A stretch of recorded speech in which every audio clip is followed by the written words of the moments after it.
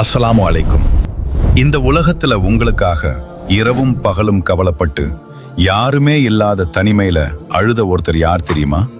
உங்க பெற்றோர்கள் அல்ல, அது நம் உயிர்ப்பினும் மேலான நபி ஸல்லல்லாஹு அலைஹி வஸல்லம் அவர்கள். ஒரு நாள் இரவு நபி ஸல்லல்லாஹு அலைஹி வஸல்லம் அவர்கள் குர்ஆன் ஓதிக்கொண்டிருந்தார்கள். அப்போ மற்ற இறை தூதர்கள் தங்கள் மக்களுக்காக பிரார்த்தனை செய்த வசனங்களை கடந்தார்கள். உடனே அவர்களுக்கு நம் நினைப்பு வந்தது. தன்னுடைய கைகளை உயர்த்தி கண்ணீர் மல்க அல்லாஹ்விடம், அல்லாஹ்வே என் உம்மத், என் உம்மத், அதாவது என் மக்களே, என் மக்களே என்று அழுதார்கள்.